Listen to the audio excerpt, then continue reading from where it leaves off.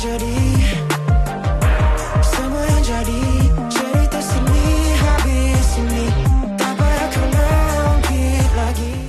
Okay guys, filem Perjalanan Pertama sedang ditayangkan di pawagam seluruh Malaysia guys. Dan ramai media telah pun menonton filem ini di malam gala hari itu dan ramai sekali yang memberi positif feedback. Katanya filem ini begitu menyentuh hati dan perasaan, menyentuh emosi diorang dengan babak-babak antara datuk dan juga cucu dalam cerita ni. Jadi kita nak borak-borak panjang dengan ni sutradara, pengarah, kalau di Malaysia ada pengarah ya. Iya, Budi. Perkenalkan diri lah Arif. Ya, halo semuanya para viewers YouTube-nya Budi. Oh, channelnya apa? Budi Channel. Budi Channel. Tapi di podcast kita borak sini habis sini. Wow. Kalau di Indonesia tu ngobrol sini habis sini. Oh iya. Tapi kadang-kadang takkan habis di sini. Kadang-kadang lanjutan. Berlanjut keluar, ya. Dan kita ada ni dia watak yang penting ni. Kita pun tabik spring lah dengan Datuk Ahmad Tarmimi Serega.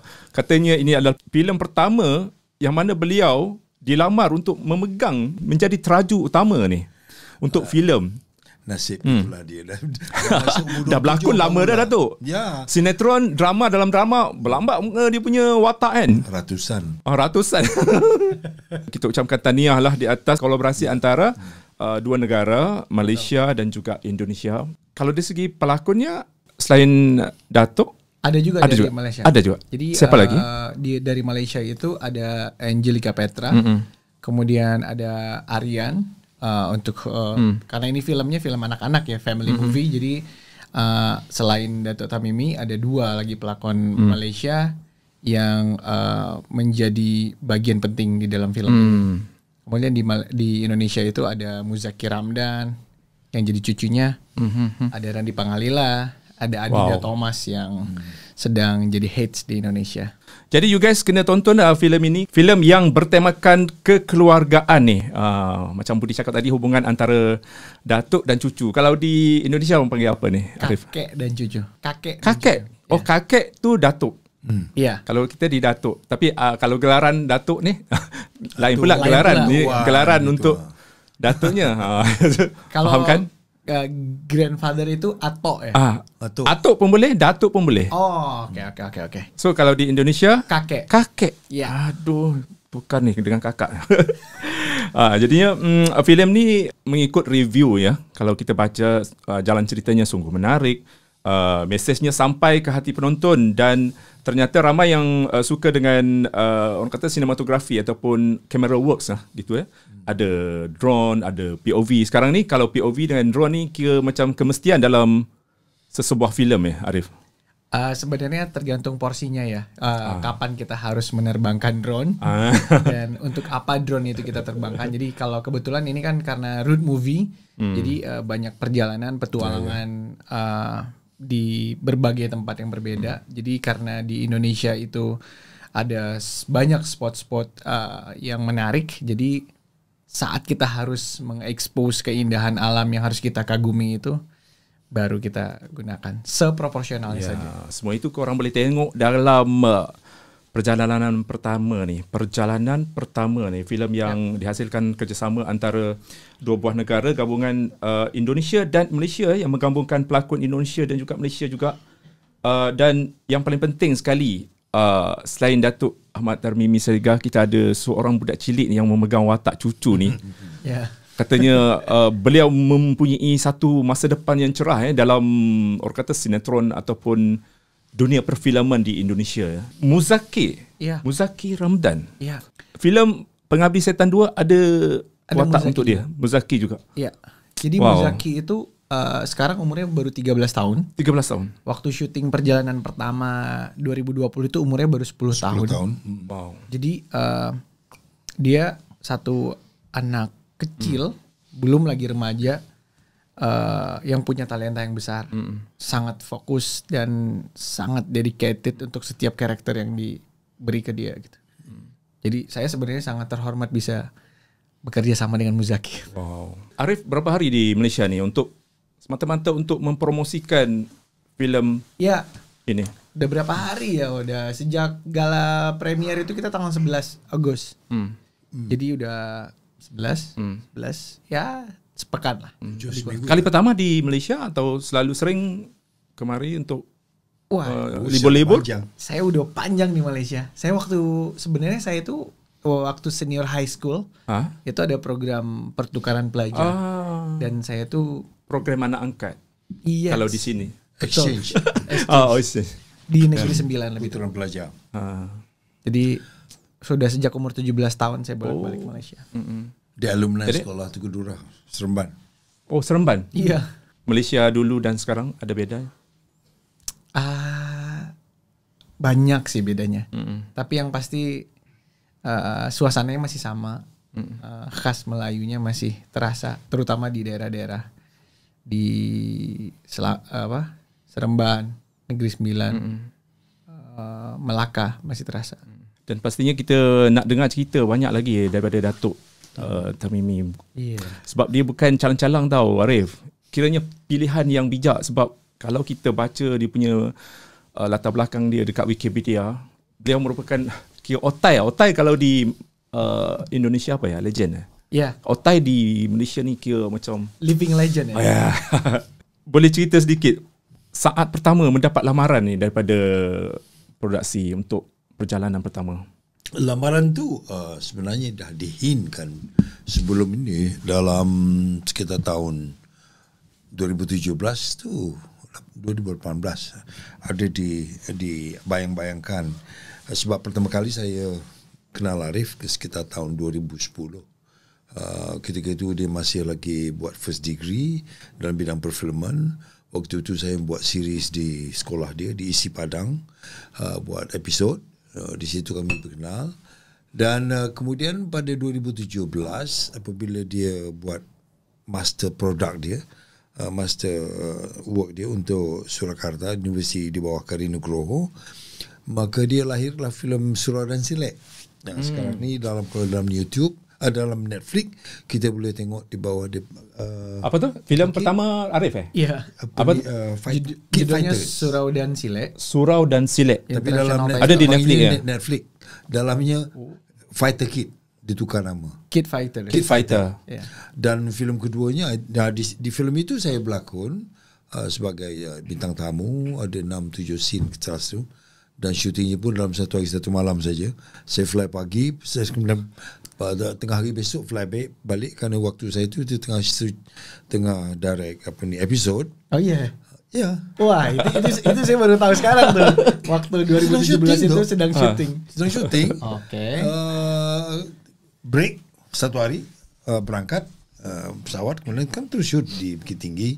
Lepas itu malam tu selesai, esok tu pulang, mendarat di bandara, start sampai pulang kasih, enggak pulang ke rumah. Wah, itu baru kali ini.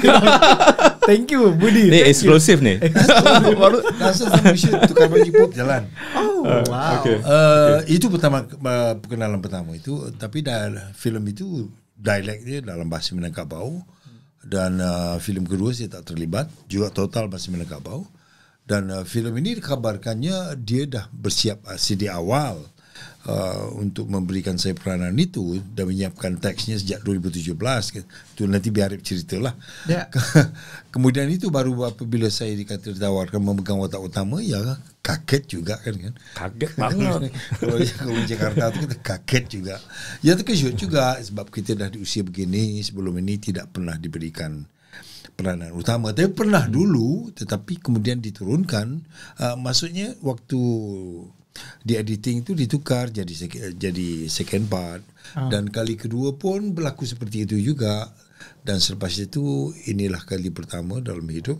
Dan saya harus terima kasih kerana bakat saya dikenali dan dihormati oleh mereka. Ya. Dan pertama kali juga apabila melihat billboard sebanyak 11 buah dipasang sebesar-besarnya di 11 kota. Kalau di sana dipanggil baliho, bayangkan billboard di sini yang sebesar-besar alam, ya surprise dan shock, seronok, begitulah. Tapi sayang tidak di Malaysia ya. Tak apa. Benda tu ditayangkan di Malaysia sekarang. Mungkin akan datang Datuk. Orang dah tengok bakat Datuk sudah diiktiraf, tapi mungkin peluang dan juga rezeki belum ada. Mungkin. Okey Datuk, ni kita nak tanya ni. Mungkin ada sebab. Ada orang mengatakan saya ni watak kampung. Tak boleh. Muka pekan. Watak pekan tak boleh. Watak Datuk pun boleh. Watak sendiri Datuk. Watak. Okey. Mungkin ada sebab Datuk menerima lamaran ini. Ada macam dengan watak itu sendiri ke, ataupun ya mungkin tertuang budi dengan Arif. Arif sebenarnya mediakan teks tu, naskah itu berdasarkan apa yang dilihat dengan saya. Dan kabarnya dia juga mengkaji filem-filem sebelum tu, seperti filem Mechanic, filem Abang, dan beberapa play saya yang di dalam YouTube, dan karya-karya saya dalam YouTube dan sebagainya. Dan mereka menonton. Ya, waktu dia 2007, dia sudah melihat karya saya di televisyen. Waktu dia sebagai alumni di sekolah menengah kebangsaan Tunggu Durah, dia juga melihat apa yang saya buatkan. Jadi dari situ mungkin dia melihat apa yang saya boleh buat, dan mungkin di itu juga dia mendatangkan ide untuk melaksanakan filem berjudul Perjalanan Pertama. Walaupun working title-nya sebelum itu macam-macam. Oh iya, sempat ganti-ganti judul sebenarnya. Jadi Arif, saat lamar Datuk untuk watak ini, watak utama, watak teraju ini, apa respon Datuk? Masih ingat? Masih ingat. Waktu itu saya Datuk? kirim udah draft 4 ya, skripnya draft 4 saya tulis. Karena saya nulis itu baru beberapa bulan setelah film pertama saya itu rilis di Australia. Jadi ketika 2017 itu bulan April rilis di Indonesia, Juni di Australia, kemudian September kita ada festival di Itali. Bulan November saya baru mulai nulis Perjalanan Pertama di 2017. Waktu saya tonton Surau dan Sile itu berkali-kali, terus saya lihat peran beliau di dalam film itu, langsung kepikiran, wah, Pak Datu ini terlalu sedikit di film saya gitu. Ternyata saya merasa ada banyak hal yang harus kita gali lagi dari seorang Dato' Ahmad Tamimi Siregar, dan mulai di bulan November 2017 itu saya baru menulis, dan saya saat menulis pun saya udah membayangkan Pak Tamimi yang bakal main, tapi belum saya kasih tahu karena baru draft 1. Draft 3-nya itu baru ada di tahun 2019. Baru saya lihat, Dato', ini saya ada skrip. Oh iya, Surprise. boleh mau baca nggak? Mau saya kasih. Saya kirim ya Dato' draftnya. Oke. Tahu nggak Dato' rencananya mau jadi pelakon utama siapa? Siapa? Saya pengen tahu. Ini bagus nih ceritanya. Kan beliau mereview kan. Mungkin Bapak Dato' nyangkanya itu saya cuma minta dibaca gitu. Yang main tuh rencananya Bapak, Pak. Wah, Masya Allah. Terus beliau memberikan energi feedback yang sangat positif, dan akhirnya skrip itu lanjut ke draft 4, 5, 6. Kita baru syuting itu di draft 7, Bud. Jadinya Arif ketika menulis skrip itu sudah menggambarkan watak ini akan dipegang oleh Datuk. Ya. Belum ada pilihan yang lain waktu itu. Ini penonton kena take note nih. Sinopsis ringkas. Jangan spoil. Mungkin apa yang Arif boleh simpulkan tentang jalan cerita? Tentang apa filem Perjalanan Pertama nih? Perjalanan Pertama ini adalah tentang bagaimana seorang kakek menyimpan rahasia yang sangat rapih. Kemudian setelah 10 tahun perlahan harus dibukanya sendiri seiring berjalanannya roda Vespa itu. Jadi roda Vespa itu yang mengantarkan cerita itu. The Wheels of Life. Nak tahu apa dia rahsia yang disimpan selama ini? Kena tonton guys. Sekarang sudah boleh tonton, pergi ke Pawagam. Nampaknya kalau di Malaysia ni kerancakan industri perfilman semakin membuak-buak ya. Mungkin ini satu benda yang positif ya Datuk. Datuk tengok macam mana? Persaingan yang positif. Jadi mana produk yang dipaparkan kepada masyarakat ketika ini kebanyakannya produk yang baik-baik. Jadi walaupun genre yang berbeza-beza, tapi terpulang kepada mereka untuk melihat, untuk menyaksikannya. Kalau yang ingin melihat genre action pack, ada genre yang berbentuk patriotism, ada yang ada hantu pun ada sekarang. Dan ini kekeluargaan ini memang jarang, kerana jarang yang berani membuat produk untuk yang bertemakan kekeluargaan. Kerana yalah, apabila kekeluargaan itu mungkin jalan ceritanya mungkin lambat, ya, memainkan emosi dan sebagainya. Tetapi apa yang dipaparkan dalam perjalanan pertama memang rasa saya lain pada yang lain. Kalau yang bakal menjadi datuk, bakal menjadi bapa, mungkin akan rasa rugi kerana banyak manfaat dapat dilihat di situ, kan pesan-pesan yang mungkin akan berlaku kesilapan-kesilapan apabila kita menjadi seorang datuk atau menjadi seorang bapa. Jadi melalui perjalanan pertama banyak pesan awal yang perlu kita lihat dan kita terap dalam pemikiran supaya ini jangan berlaku. Tak tahu. Faham. Tapi Arif, Ya. kita nak ucap tahniah ni. Terima kasih. Belum apa-apa lagi. Katanya filem ini dinominasi, mendapat perhatian daripada festival-festival filem ya. Ya, alhamdulillah. Berapa festival yang dinominasi sekarang ini? Yang dinominasi itu di International Muslim Film Festival di Australia. Australia ya. Terus kita berkompetisi di Jogja Asian Film Festival. Kemudian Untuk kategori apa ya kalau di Australia tu? family movie. Family movie. Terus kalau yang untuk di Jogja Asian Netpack Film Festival itu di kategori Indonesian Screen Awards waktu itu. Sukses. Dan sampai hari ini masih ada beberapa festival yang kita submit dan kita masih menunggu hasilnya. Ada sih beberapa festival di Eropa yang sedang kita submit untuk perjalanan pertama. Mungkin Arif boleh cerita pemilihan pelakon ni.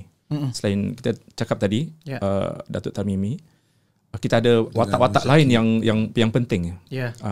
Bagaimana draft tu dibuat untuk memenuhi watak-watak yang dipilih? Betul.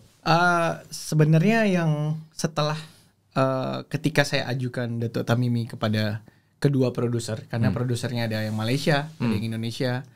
Yang Malaysia itu produsernya Datuk Ayu, Datuk Rosma Ayu Mukhtar namanya. Indonesia sahabat saya namanya Dendi Renando. Ketika kedua produser sudah setuju dengan karakter Tan itu diperankan oleh Datuk Tamimi, saya mulai merayu Muzaki Ramdan itu. Wah, saya memang sangat tergila-gila dengan Muzaki Ramdan. Wow. Hebat.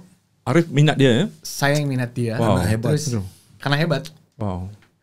Kemudian saya yang duluan sebenarnya kirim pesan teks kepada Muzaki, ajak ketemu. Jadi saya nggak lewat manajer. Oh. Saya tidak lewat produser saya tidak Terus lewat DM. DM. DM. Oke. Aja jumpa, kita makan malam waktu itu. Terus saya sampaikan ceritanya. Dan Muzaki itu asal tahu di Indonesia jadwalnya padat sekali. Oh, dia dah popular sana ya? Sangat populer. Sangat popular. Terus akhirnya dia bersedia. Baru akhirnya kita sempat melakukan acting lab booth. Jadi 2 bulan sebelum syuting film ini, 2 karakter ini, satu dari Malaysia, satu dari Indonesia, kita pertemukan di lokasi syuting yang sebenarnya. Jadi ketika lokasinya sudah dikunci, kedua pemain utama ini bisa melakukan proses pendekatan terhadap set locationnya, kemudian membangun chemistry antara kakek dan cucu itu, atok dan cucu itu. Dan itu berlangsung beberapa hari sampai akhirnya saya yakin Datuk Tamimi dan Muzaki itu banyak miripnya. Pertama nih, rambutnya sama-sama lurus. Oh. Yang kedua, mukanya sama-sama bulat. Yang ketiga, gaya jalannya sama. Gaya jalan tu yang penting. Oh, boleh sama Sama. Itu entah disengaja natural atau tidak. Itu Natural. bukan lakonan Bukan lakonan. Tapi karena selama beberapa hari itu kan mereka berdua ini saling menyerap kan. Jadi dia nak cari chemistry. Datuk melemparkan energi positif, Muzaki juga melempar energi positif. Terus kita juga berdiskusi di lokasi syuting yang sebenarnya yang masih jauh lagi sebenarnya sebelum syuting, masih 2 bulan sebelum syuting. Jadi hal itu sebenarnya membuat mereka ini saling terasimilasi secara nggak langsung saling contoh mencontoh lah gitu. Tanpa juga mereka sadari mungkin gitu. Jadi pokoknya 2 bulan sebelum syuting tuh saya sudah sangat merasa udah keduluan saya bahagianya. Jadi kan bagi sebagian orang berkarya itu mulai dari prosesnya gitu. Saya alhamdulillah merasakan yang itu tuh. Saat prosesnya berlangsung, saya udah merasakan kenikmatannya. Kemudian baru dicari 2 karakter lain. Ada Nurma, seorang perempuan yang businesswoman yang sangat perhatian terhadap isu-isu perempuan. Dia sangat care terhadap nilai-nilai perempuan yang harus dia jaga dan perjuangkan gitu. Karena dia punya prinsip perempuan itu nggak boleh nyari jodoh. Perempuan itu harus ditemukan gitu. Jadi ada misi lah untuk Nurma. Dia tak boleh pergi cari timba. Oh gitu. Iya. Okay. Dan dia cukup idealis karena seorang perempuan cerdas, bertahan di kampungnya untuk melanjutkan usaha keluarganya di bidang souvenir. Apa cincin kalau di sini? Ya. Cincin. Karena di daerah itu di kampung itu adalah pengrajin tembaga dan perak, silver. Jadi itu dia Nurma. Satu lagi kita harus cari seorang laki-laki yang cukup pantas diperjuangkan oleh Nurma itu. Karakter Nurma itu diperankan oleh Adinda Thomas. Dan satu lagi karakter penting di dalam film ini ada Randy Pangalila yang sudah dikenal juga di Malaysia. Ya. Filem ini syuting berjalan lancar tapi tarikh tayangan tu terpaksa ditangguhkan sebab COVID. Iya. Sepatutnya ditayangkan di Malaysia pun Lebih awal. mungkin 2000 berapa? Kalau sebenarnya 2020 itu target awalnya. Jadi kita syutingnya lancar. Proses editing itu kena pandemi. Jadi editing itu remote. Sutradaranya di Sumatera, editornya di Jakarta, yang bikin musiknya di Borneo. Terus kita ada bikin lagu, soundtrack, tag vokalnya di Malaysia. Semuanya remote. Dan tapi menyeluruh itu, menyeluruh. Tapi itu menurut saya jadi pola kerja yang baru ya Pak ya. Iya. Saya vokal lagu di sini, clear music, rekaman di sini, and MP3 dan juga hantar ke Jakarta, edit balik, lepas. Tapi waktu recordingnya kita live zoom. Live zoom. Jadi kayak seperti posisi songwriternya saya, kemudian yang komposernya bisa langsung dengar pada tuh waktu tag vokal. Jadi arahan saat tag vokal itu bisa langsung juga. Gitu.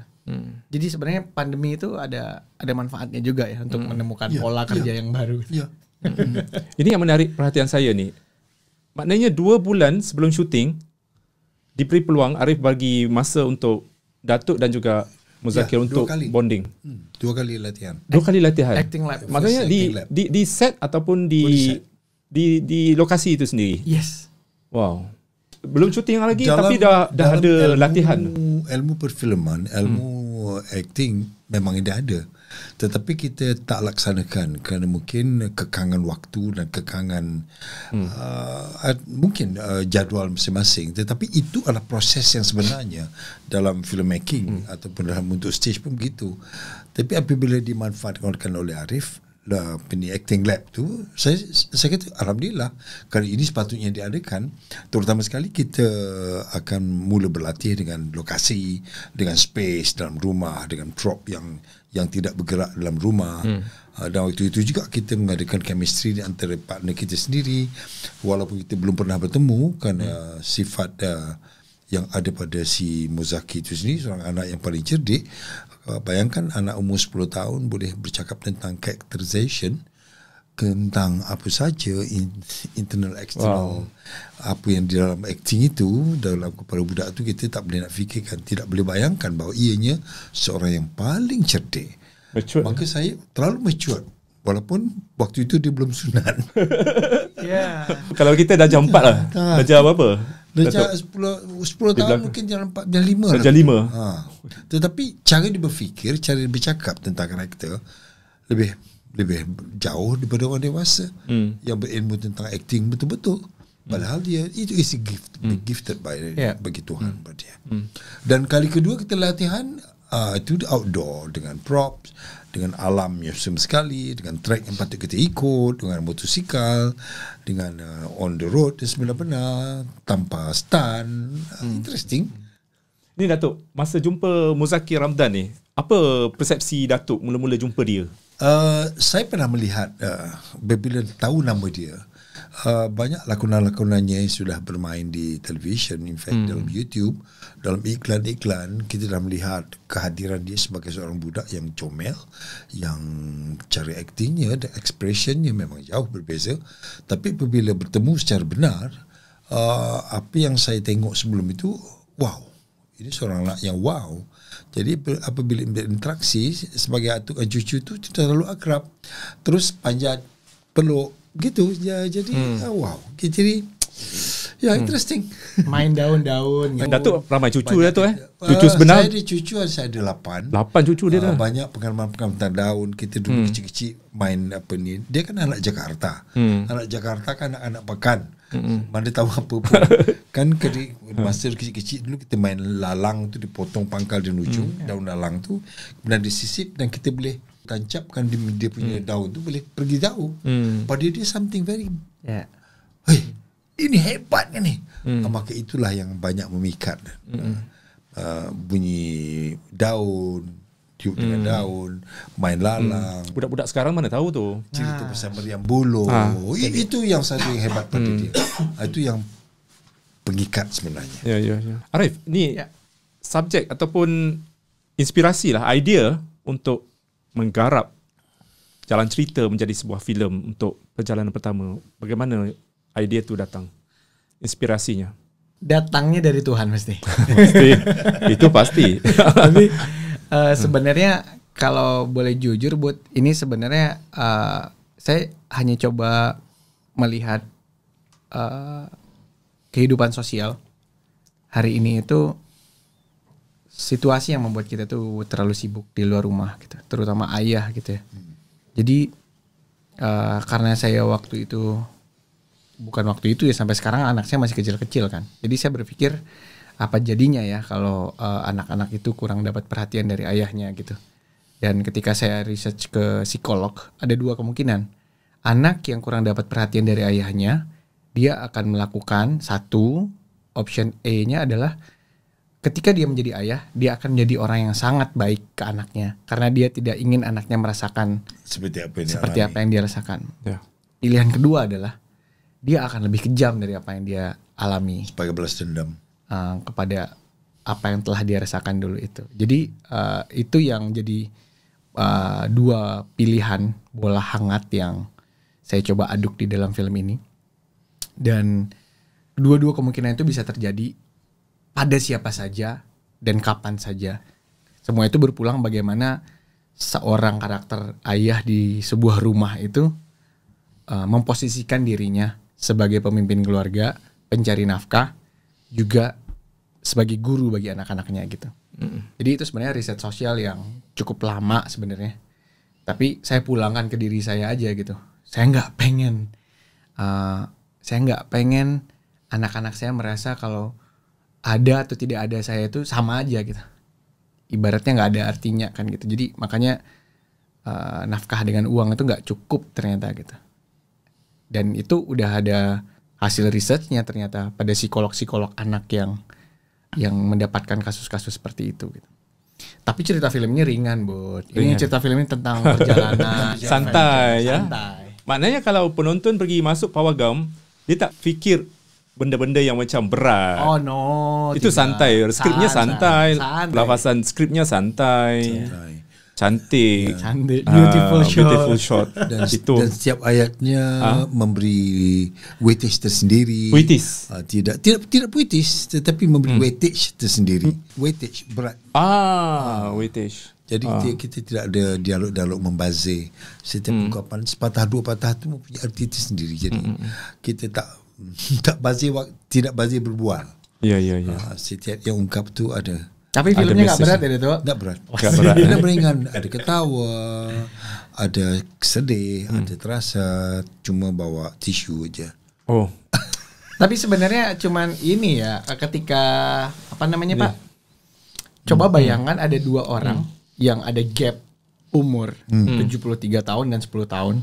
Pertama kali ke wilayah lain dengan Vespa. Jadi dua-duanya sama-sama awam. yang satu sudah tidak tahu dengan situasi zaman sekarang, yang satu lagi yang kecil bahkan belum tahu apa-apa. Jadi kira-kira kalau dua orang jalan naik Vespa ke tempat yang dia tidak tahu, lancar atau tidak lancar? Wah, itu aja. Ni Budi tertarik ni, kata Datuk kena bawa tisu ni. Maksudnya ramai penonton-penonton yang akan tersentuh hati, yang akan macam terharu ataupun rasa sebab semasa menonton ni. Okey, kita nak tanya Datuk. Mungkin masa latihan ataupun masa syuting tu, Datuk dah rasa dah benda ni, vibe, orang kata hubungan cucu dengan Datuk yang macam membuatkan penonton akan rasa sebab tu.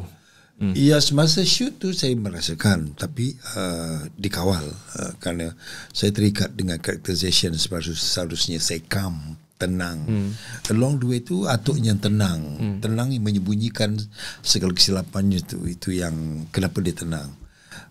Dalam gejolak di dalam kepala itu tidak sama dengan apa yang di muka. Ya. Allah maaf, tercabut.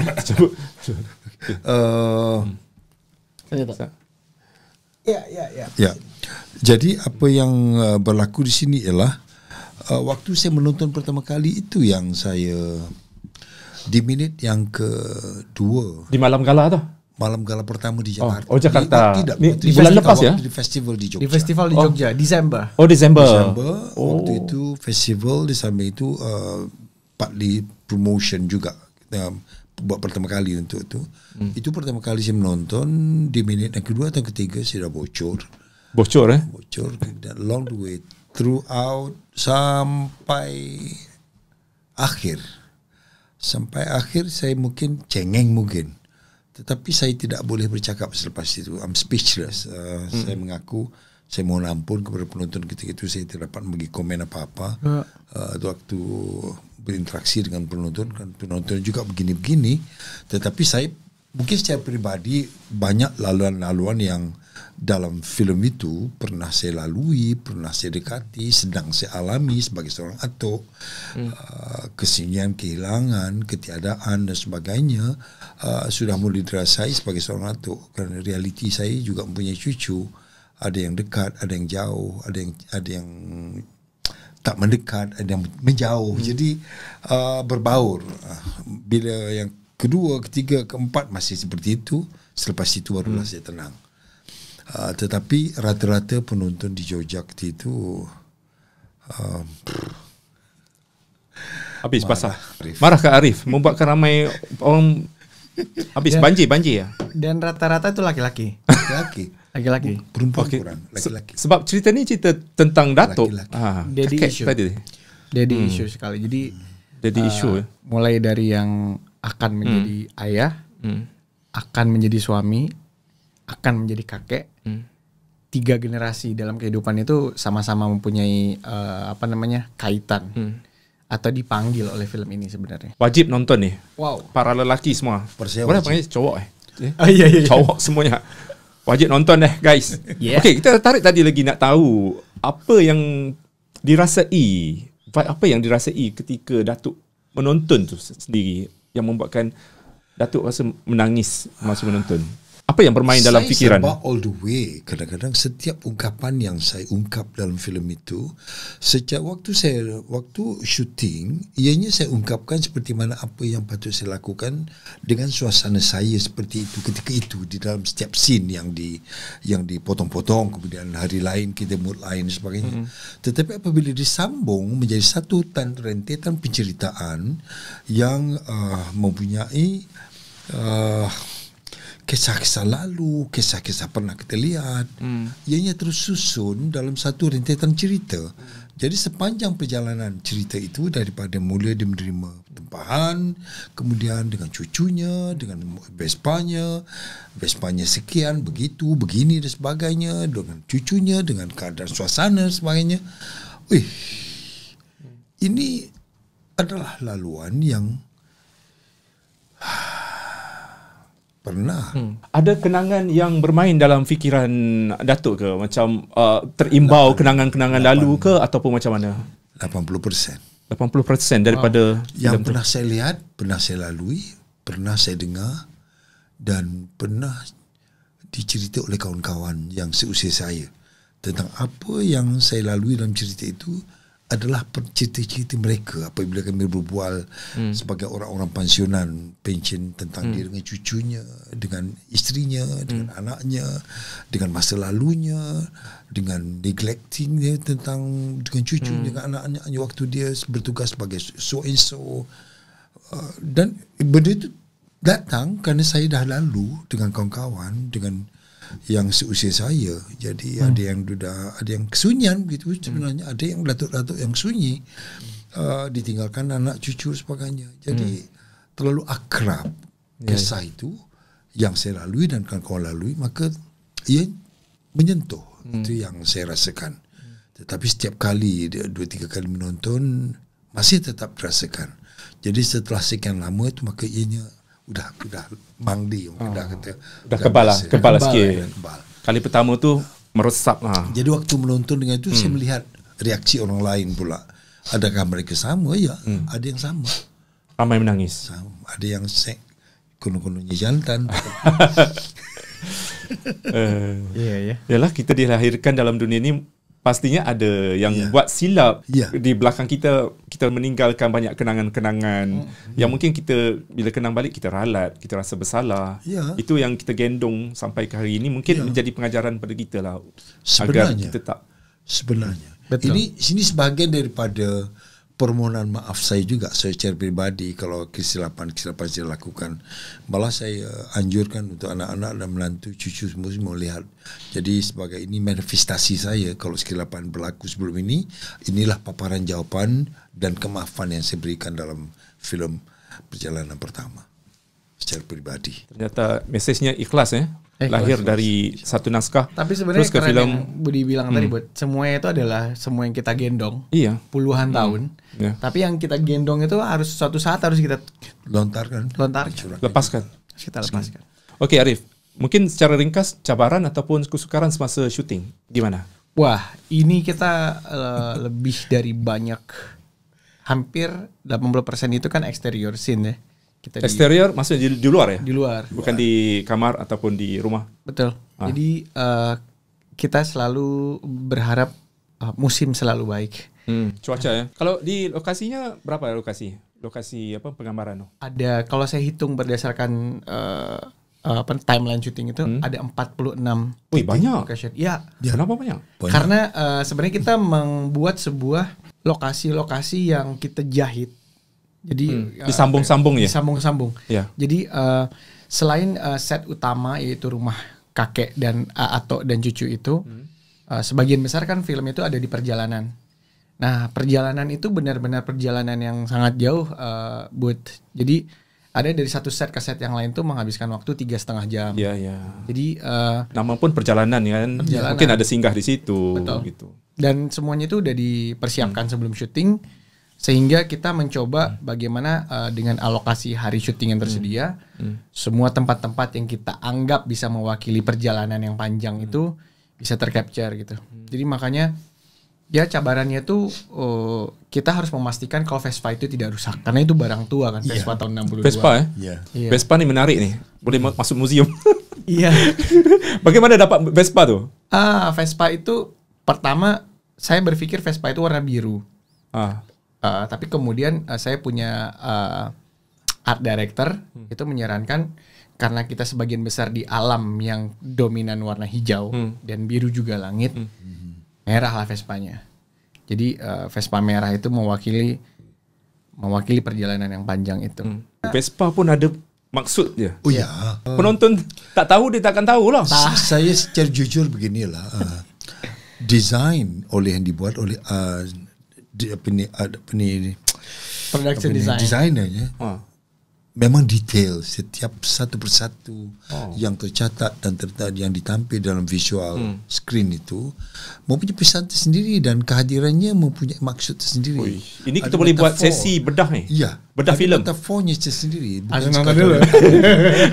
InsyaAllah beberapa yang lalu kami buat bedah teks, bedah filem bersama kalangan player-player di sini di Malaysia dengan Sabri Yunus, dengan Roslan Madun, dengan Zul Tojo, dengan Haji Top, dengan all the directors yang kritis, dan kami membincangkan itu, dan ada pesan-pesan yang mereka tak nampak, tak sempat, kita akan menengok sekali lagi, menonton sekali lagi, dan kita simpan. Kami tak akan check up, tengok sekali lagi, kerana ada pesan-pesan yang mereka nampak, ada yang tak nampak, dan mereka bergembira kerana apa yang mereka rasakan itu benar. Itu setiap detail, setiap apa yang terpapar di skrin itu tidak saja. Kalau orang tak pandai nak baca bahasa filem, dia mungkin akan mati di situ. Kalau kita mungkin kenapa ada subjek ni ada kat sini, kenapa semuanya ada benda-benda tersembunyi lah. Kesukaran lain itu sebenarnya tentangan. Saya takut dituntut polis Malaysia. Karena Pak Dato ini kan aset di Malaysia ya. Living legend hidup. Tapi saya sempat punya urusan dengan produser ketika beliau tidak mau menandatangani surat untuk kita pakai stuntman atau stunt rider. Sedangkan itu tempatnya tracknya itu susah sih sebenarnya. Dan kalau terjadi apa-apa akan ada aktor luar negara yang sedang bersyuting di Indonesia. Kalau ada terjadi apa-apa dengan beliau kan kami urusannya jadi susah ya. Tapi beliau nggak mau pakai stunt rider, stuntman untuk mengendari Vespa di tempat yang susah itu gitu, dengan kecepatan yang tinggi itu gitu, lebih dari 100 km per jam untuk adegan-adegan yang memang Datuk buat sendiri ya? Buat sendiri. Malu lah orang buat. Nah, Datuk. Beliau malu orang lain buat, tapi saya dan produser takut ada terjadi apa-apa. Itu cabaran yang paling bahaya. Karena kami membayangkan bukan soal kami harus bertanggung jawab dan lain-lain, tapi menurut kami film ya adalah film yang harus bisa diselesaikan dengan baik. Tapi kesungguhan beliau, totalitas beliau untuk tidak mau memakai pemeran pengganti itu justru malah membuat kami makin hati-hati, dan setiap syuting itu ini pada tuh aman gak ya? Ini aman gak? Karena ada di traffic jam, traffic light segala macam gitu. Sebab kita tak pelan kereta, memang kita real. Jadi sebenarnya itu tuh apa ya? Itu menurut saya itu bagian dari cabaran ya. Itu membuat pikiran saya selama syuting itu selalu berdebar-debar. Takut dah. Banyak benda yang you takut dah. Tapi bab Vespa ni, I boleh anggap macam pelakon juga macam watak. Watak dalam salah satu watak utama juga dalam cerita ni. Sebab Vespa tu sentiasa ada. Ni kita tertanya-tanya dengan usia Datuk yang macam 73 tahun. 73 Datuk. Waktu itu 70. Macam mana Datuk? Okey, sekarang ni. Sebelum ni pernah bawa Vespa? Saya anak Vespa dulu. Okay. dah ada kenangan lah sentuh Vespa ni zaman-zaman muda aku dulu ni. Waktu umur 20 kan. Zaman-zaman dulu Vespa je lah. Macam budak-budak sekarang buat suku ke apa tau. Okay, rasanya dalam filem ni berapa peratus yang memerlukan Datuk bawa Vespa? 80%. 80? Ya. Banyak tau. Banyak. Karena sebenarnya cerita di dalam film ini tuh digerakkan oleh setiap perjalanan Vespa itu. Mungkin Datuk boleh cerita ni. Jalannya ada yang 3 meter lebar, turun bukit, bengkok. Kemudian dalam sawah yang kona-kona begini. Kemudian jalan batu yang turun begini macam berombak. Ada jalan batu yang saja. Waktu kejar polis tu kita nak manuver tu kan, nak fikir budak belakang lagi. Jadi tak dapat nak swing. Kalau swing kan takut jatuh pula. Jadi buat cara orang tua lah, berhenti sekejap pusing balik. Tapi sebenarnya menakutkan. Itu ya kan, menakutkan kan. Memang menakutkan. Itu yang kata macam tapi enggak mau dibilang. Arif tadi nak ambil apa stuntman.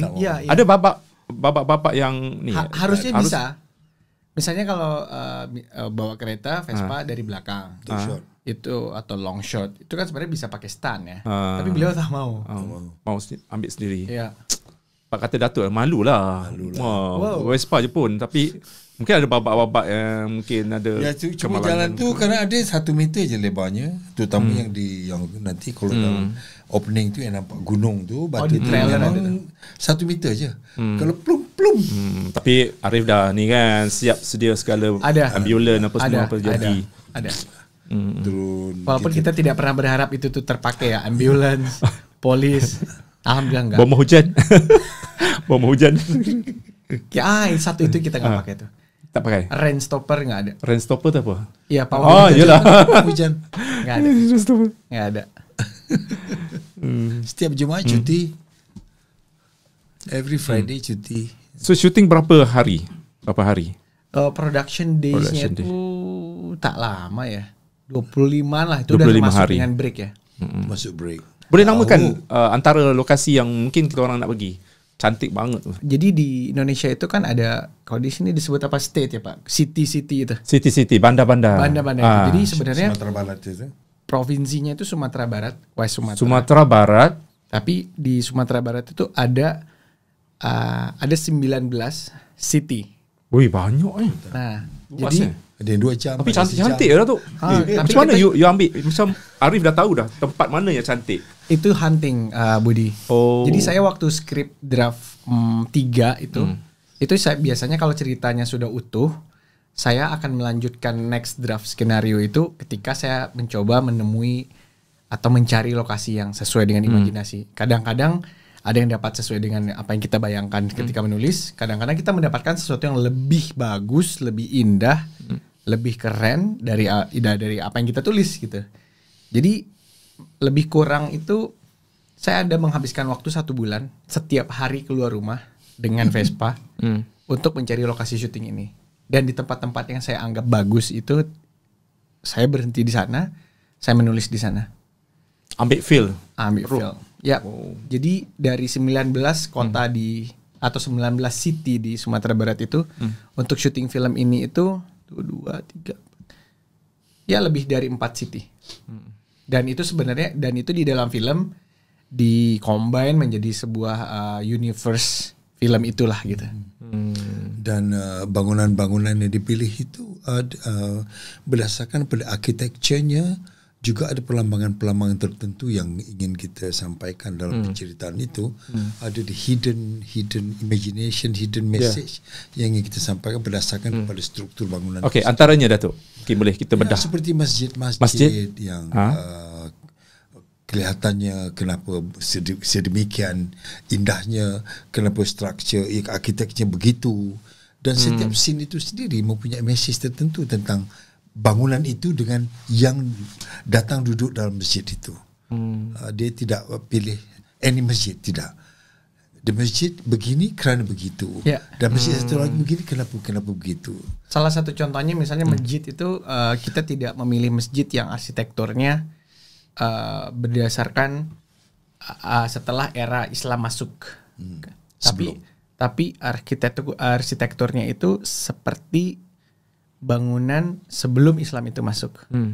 Jadi kita sebenarnya mencoba memberi nilai-nilai universal sebenarnya, bahwasanya nilai-nilai keyakinan itu dengan nilai seni, entah itu seni arsitektur, seni heritage, itu bisa terkomunikasikan dengan baik tanpa harus mencela satu sama lain. Itu sih. Jadi ada masjid tapi dia tidak seperti masjid. Ya coba bayangkan sendirilah. Orang mungkin tidak menganggap itu masjid. Apa ini masjid apa enggak ya? Tapi di dalam masjid gitu. Oh ada ya masjid yang seperti ini di Indonesia atau di Sumatera Di Barat. Sumatera Barat maksudnya. Ya, kalau di Malaysia masjidnya ada kubah Yap. gitu. Ya. Orang tahu dari luar, itu sudah masjid. Yes.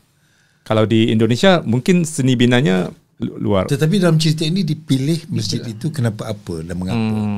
Okey, faham. Nanti kita tengok. Ya. Alhamdulillah agak detail sebenarnya. Detail ya. Agak detail. Semoga Arif ni genius ni.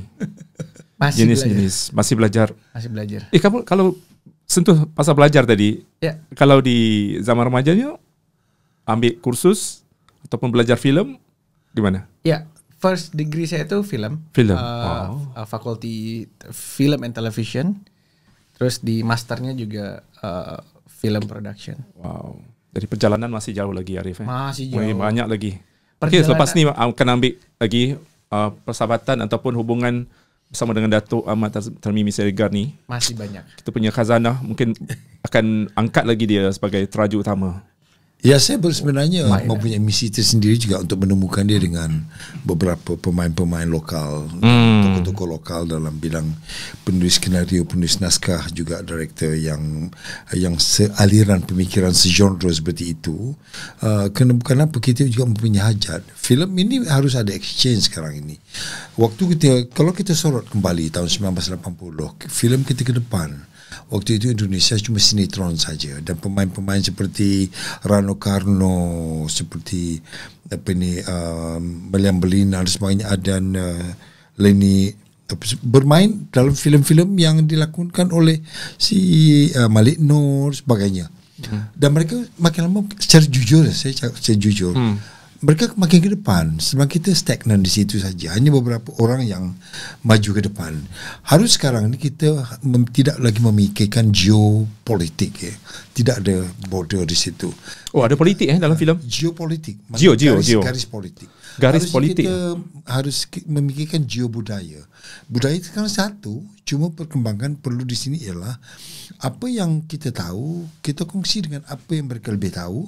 Jadi menghasilkan satu karya yang untuk dihayati dan dinikmati oleh budaya yang sama.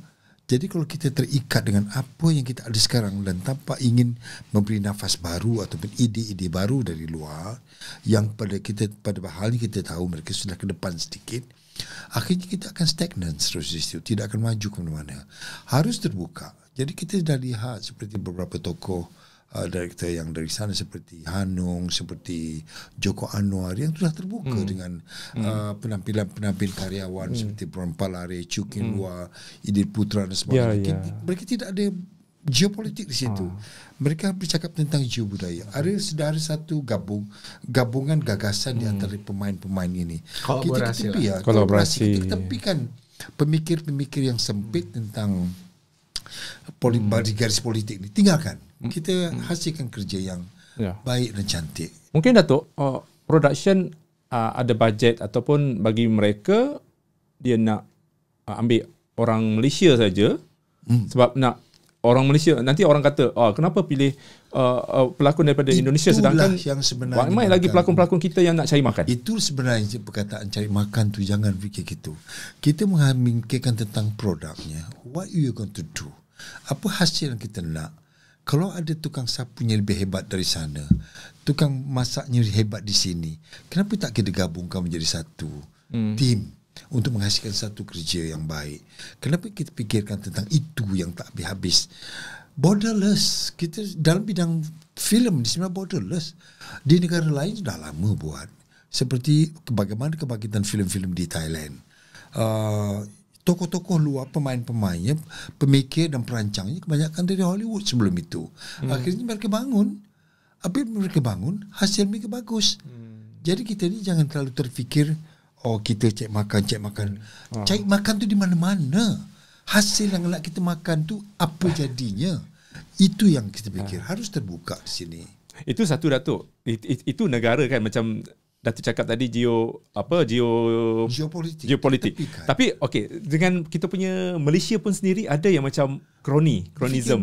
Aku ada kroni, aku nak bagi watak-watak ni untuk kroni aku saja. Itu dalam Malaysia juga.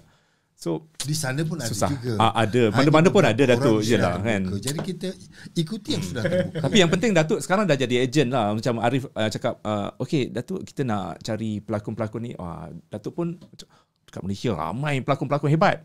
Gitu. Ya. Jadi Arif nanti mungkin akan ada banyak filem-filem bersama dengan Datuk. Ataupun ada macam mana? Harapan saya sih panjang sih. Karena tagline kami itu adalah perjalanan belum usai. Belum apa-apa. Ini baru dimulai nih perjalanan. Kan perjalanan pertama. Ya. Dan ada perjalanan kedua? Ada perjalanan kedua, ketiga. Mungkin ini dah boleh universe multiverse. Ya. Tapi mungkin Budi perasan atau tidak? Apakah bahasa yang kita gunakan? Melayu. Sama. Bahasa Jakarta. Sama je. Kita cakap bahasa baku. Kita guna bahasa Piramli. Cuba dengarkan. Itu bahasa Piramli. Latar zaman berapa puluhan tu? Filem ni. Present time. Present time sekarang.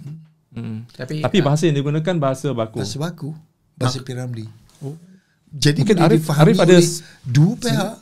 Yalah, mungkin orang Malaysia mungkin ada Faham. bahasa tertentu yang tak faham kalau Arif menggunakan bahasa Indonesia yang pekat.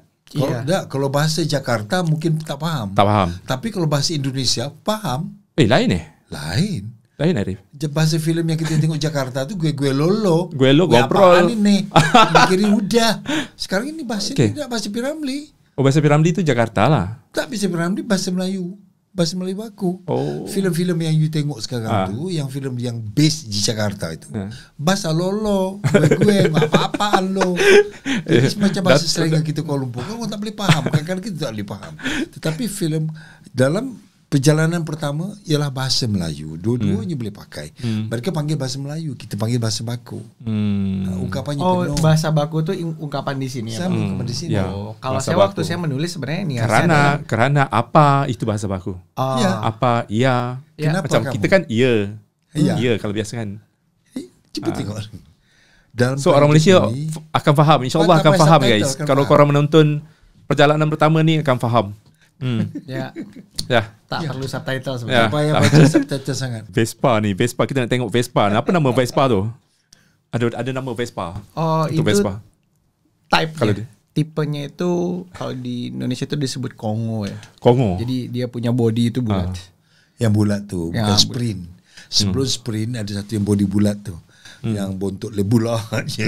Selepas tu kan ada sprint yang ada sagi sikit tepi tu. Itu yang model yang sebelum itu. Datuk tak cedera mana-mana dalam No. babak bahaya juga kan. Ada Justru waktu acting lab sempat jatuh tuh. Sempat kena jalan. leper lah kalau kita Tersepit. Ya. tersepit. Ya, Lepas tu Mesti okey. shoot lah. Tapi itu waktu 2 bulan sebelum syuting buat pas syutingnya alhamdulillah sekali nggak ada. Waktu acting lab, waktu rehearsal itu draft yang keempat. Tapi bila kita shoot dah draft 7. Along the way itu Arif mendapat ide baru dan sebagainya. Jadi bila sampai set masa hari syuting, wih, ni dah ni draft berapa? Draft 7. Jadi penceritaannya tidak berbeza, tetapi pendekatannya makin lama makin seronok dan setiap perkataan yang digunakan dalam ketebual itu tidak pernah membazir kerana pesannya terlalu Serius sudah tuh. Serius. Ini kita nak tanya Arif ni satu soalan yang mungkin Arif boleh terfikir tentang dunia perfilman kita sekarang kan. Apa yang menentukan kejayaan sesebuah filem itu? Adakah kerana ramai yang viralkan di social media ataupun ramai yang menonton di pawagam ataupun jumlah kutipan yang hasil? Iya, sebenarnya kita bisa melihat dari beberapa perspektif ya menurut saya. Pertama itu sebagai produk itu mungkin bisa dilihat dari kutipannya itu. Tapi sebagai produk budaya atau misalnya film ini kan akan ditonton sampai 10, 20 sampai 50 tahun yang akan datang. Sama seperti waktu saya duduk di Seremban Negeri 9 itu saya saya masih menonton film Piramli Madu 3 itu di TV waktu itu. Jadi sebagai produk budaya kita bisa melihat film itu pertama dari apakah film itu bisa bicara karena film itu sendiri, bukan karena sensasi yang dibuat oleh orang-orang yang ada di dalam film itu. Misalnya kita bikin sensasi Pak Datuk Tamimi akan pensiun dari dunia acting, itu kan sensasi. Tapi bisa nggak film itu bicara tanpa harus ada sensasi, tanpa harus ada kontroversi yang dibuat untuk kepentingan marketing gitu. Itu satu. Dan ya review sih, review itu Ramai yang review, ya react trailer.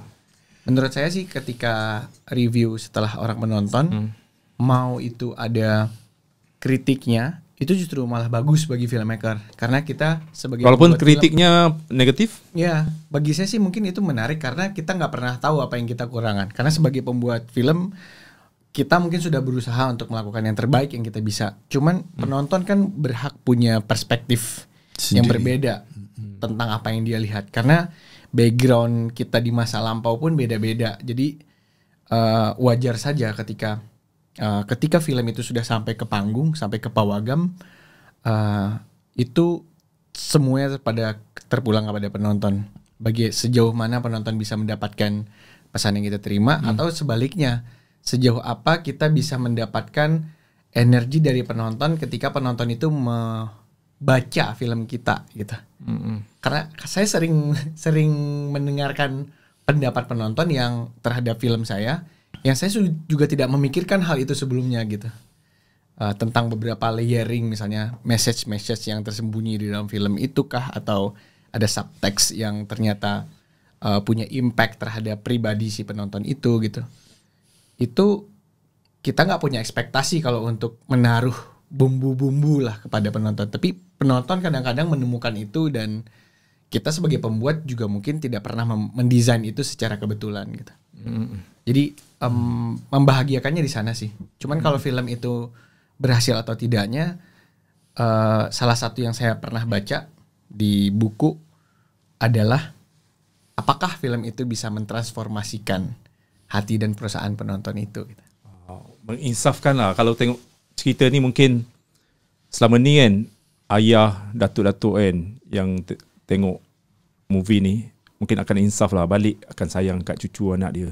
Ya mungkin seperti apa yang dia dapat waktu testimoni di Jogja festival ketika itu. Selepas ni saya mau pulang kampung, saya rindu ayah saya. Tiba-tiba Ketika itu ada yang begitu, ada yang baru ayahnya baru meninggal dan sebagainya. Memberi kesan seperti itu. Jadi pada saya beginilah, pasaran filem ketika ini, mungkin satu ketika ini panggung wayang mungkin tak ada, mungkin panggung di sini di telefon dan sebagainya.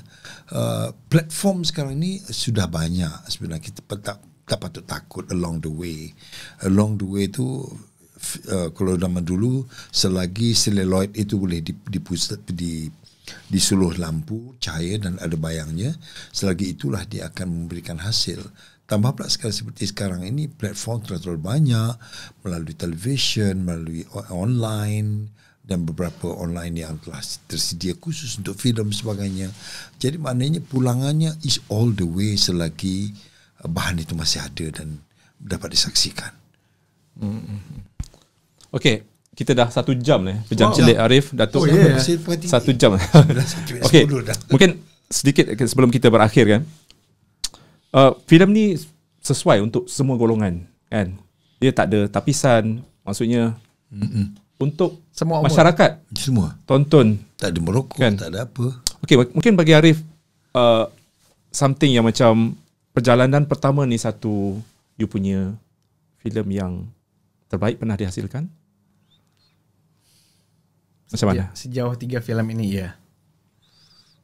Saya baru rilis 3 filem, dan 3 filem. Perjalanan pertama ini proses pembuatan film saya yang paling panjang, dan dari perjalanan yang sudah itu, dari International Muslim Festival di Australia itu, dari Jogja Asian Film Festival itu,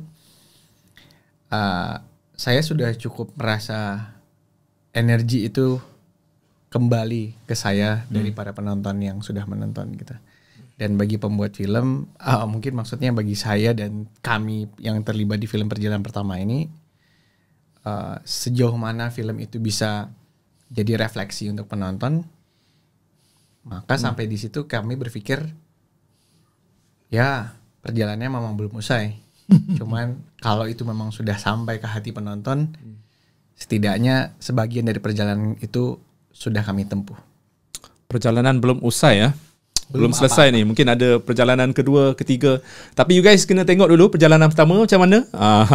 Okey, Datuk, sebelum kita berakhir ni, 3 perkara 3 perkara yang wajib penonton kita tahu sebelum melangkah masuk ke pawagam ni. Apa yang diorang patut tahu tentang perjalanan pertama? Okey, perjalanan pertama ialah genre keluarga.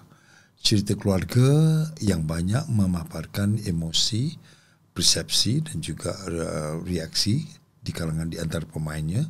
Ada yang hanya tidak ada tutur kata, hanya permainan mata dan body gesture saja yang menyampaikan maksudnya.